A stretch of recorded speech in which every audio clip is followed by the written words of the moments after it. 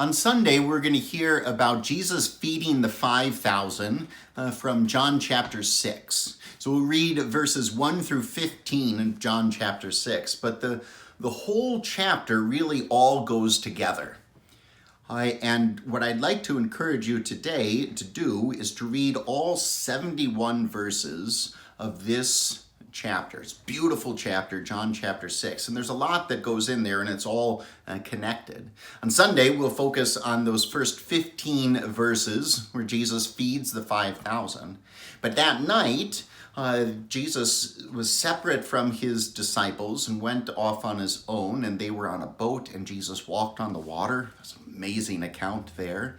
And then the following day, the crowds that came after him, wanting to make him a king after his miracle of feeding the 5,000, they came to him and caught up with him the next day, and there's this long discussion. And I want you to read all of that. And because looking at John 6 verses 1 through 15 and focusing on the miracle is wonderful, but it's part of this, it's the spark of this discussion that happens the next day.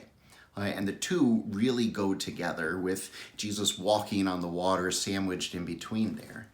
I'd like you to read all 71 verses of that in preparation for this coming Sunday and see it all in context.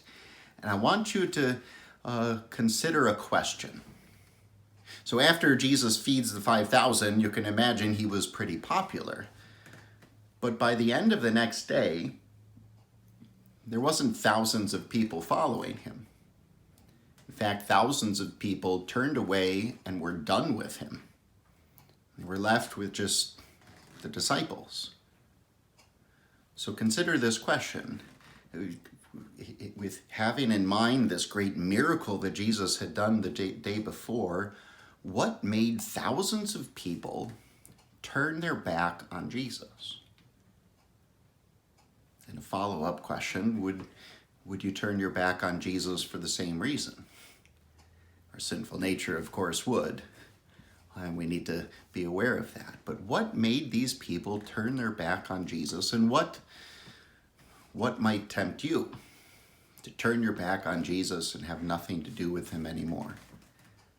Consider those questions, but read those 71 beautiful verses from John chapter 6. It won't take a whole lot of time. It'll be very fruitful and a great blessing for you today. God's peace be with you today.